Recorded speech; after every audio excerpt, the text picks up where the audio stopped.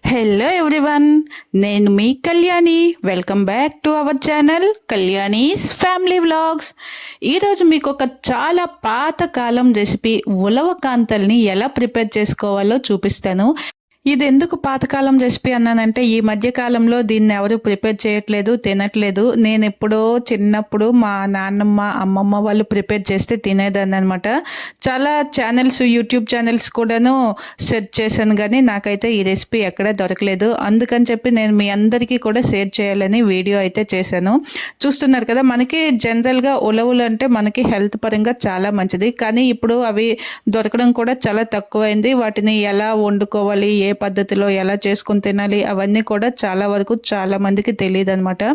కానీ ఈ సీజన్ అంటే మెయిన్ మనకి వర్షాలు అవి పడుతూ ఉంటాయి కదా, ఈ సీజన్లో మనం ఉలవల్ని ఏదైనా ఒక రూపంలో తీసుకుంటే అది మన హెల్త్కి చాలా మంచిది.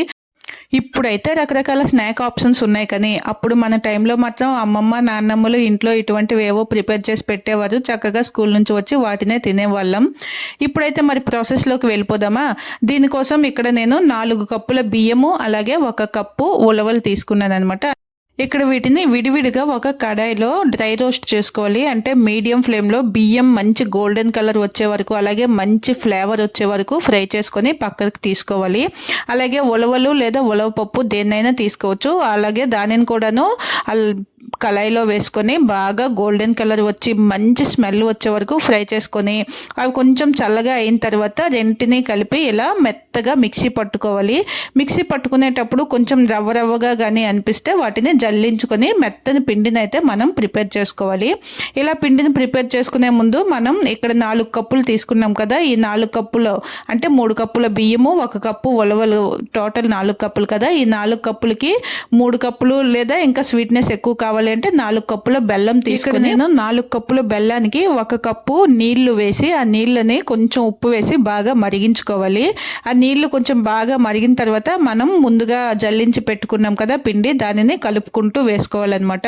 ఇక్కడ మనం పాకం తీయాల్సిన పని ఏమీ లేదు, జస్ట్ బెల్లం కరిగిపోయి ఒక్క ఉడుకు అంటే ఒక మరిగితే చాలన్నమాట. అందులో మనం పిండిని వేసి బాగా ఉడికించాలి. బియ్యం పిండి కదా కొంచెం ఉడుకుతుంది. మీడియం ఫ్లేమ్లో కంటిన్యూస్గా కలుపుకుంటూ ఆ పిండి మొత్తం ఉడికే వరకు దాన్ని ఉడికించాలి. ఉడికి లాస్ట్లో మనం స్టవ్ బంద్ చేసే ముందు ఒక 2 స్పూన్ల నెయ్యి వేసుకుంటే ఫ్లేవర్ అనేది చాలా బాగుంటుంది.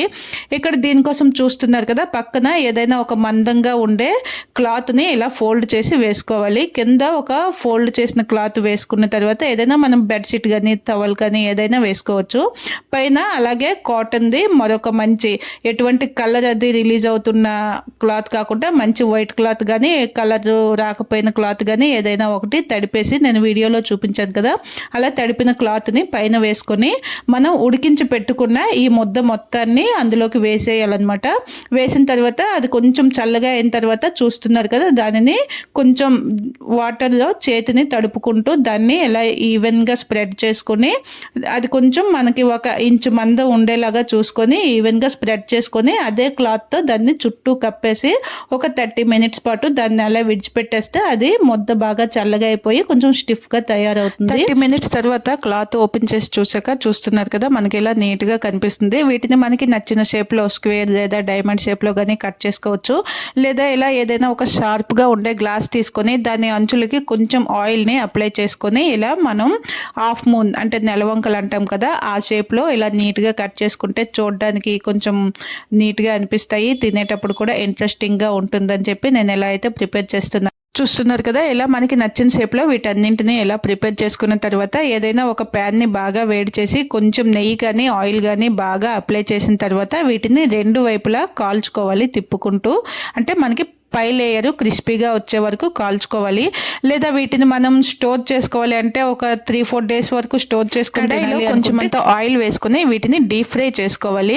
డీప్ ఫ్రై చేసుకున్న తర్వాత ఇవి బాగా చల్లగా అయిన తర్వాత కొంచెం గాలి తగిలేలాగా ఏదైనా ఒక డబ్బాలో పెట్టుకుంటే మనం ఒక 5 డేస్ వరకు వీటిని స్టోర్ చేసుకుని తినొచ్చు. మరి ఈ టేస్టీ రెసిపీ అయితే ప్రిపేర్ చేస్తున్నారు మా అమ్మ, నేనైతే జస్ట్ వీడియోనే తీశాను. మరి ఈ ఉలవ కాంతిలో రెసిపీ మీ అందరికీ కూడా బాగా నచ్చింది కదా. మా అమ్మ రెసిపీ వీడియోకి ఒక చిన్న లైక్ చేసి మీ అభిప్రాయాన్ని కామెంట్ చేయండి. ఈసారి మీ పిల్లలకి దీన్ని తప్పకుండా చేసి పెట్టండి. మరి ఇటువంటి మరెన్నో మంచి మంచి రెసిపీస్ కోసం కళ్యాణీస్ ఫ్యామిలీ వ్లాగ్స్ ఛానల్ని ఇప్పుడే సబ్స్క్రైబ్ చేసుకోండి. Thank you.